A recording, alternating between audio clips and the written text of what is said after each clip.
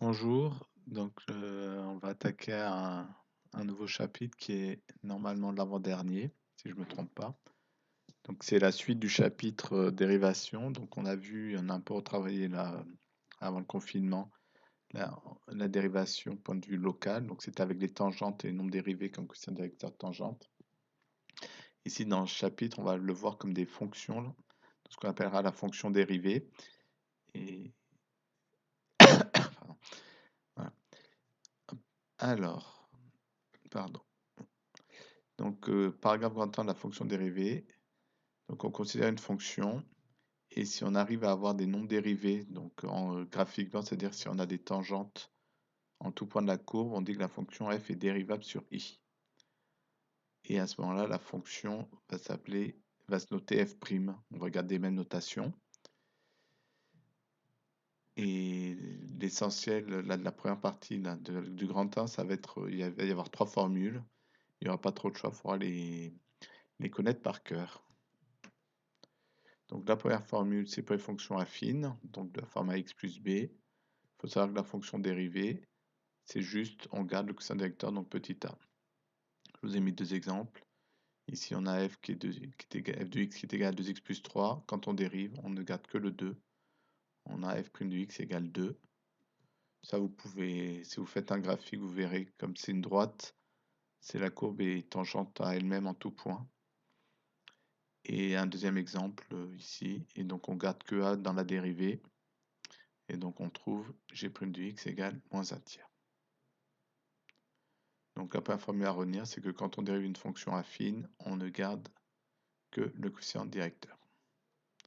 Et après, il y a deux autres fonctions à connaître, qui sont la fonction carrée avec cette formule pour la dérivée c'est 2x, formule à connaître par cœur, et la fonction cube, et pour cette fonction la dérivée c'est 3x au carré, pareil, formule à connaître par cœur. Vous avez cette propriété-là, et ces deux-là, c'est des formules que vous devez connaître. Si on vous demande la dérivée, vous ne devez pas hésiter. Et ensuite, pour avoir plus de fonctions qu'on puisse dériver, on va regarder quand on a des sommes et quand on a des produits par un nombre. Donc quand on a des sommes, en fait, ça va être pratique. On a juste à dériver morceau par morceau. Et quand on multiplie par un nombre, on garde le nombre et on applique la formule, une des formules précédentes. Sachant qu'en terminale, vous verrez d'autres fonctions à dériver avec d'autres formules. Donc le troisième exemple ici, donc u de x c'est x au carré, sinon c'est bon. U de x égale x au carré plus 3x plus 1.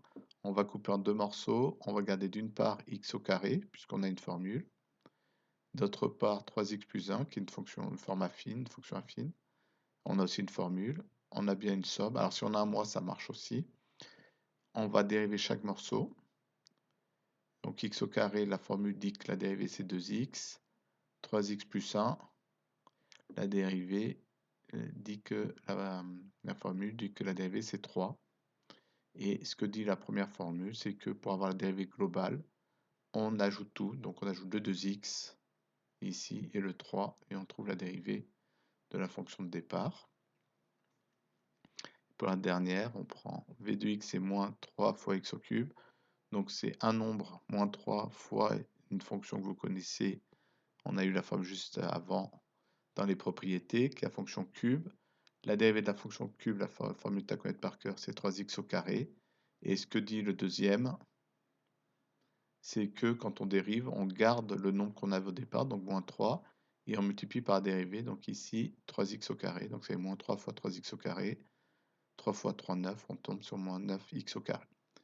Et après, on peut combiner les deux. Donc c'est d'abord, on va voir par exemple 5x au carré plus 3x plus 1. Donc on gardera 5x au carré, et pour dériver 5x au carré, on utilisera la méthode de l'exemple 4. On verra ça en exercice.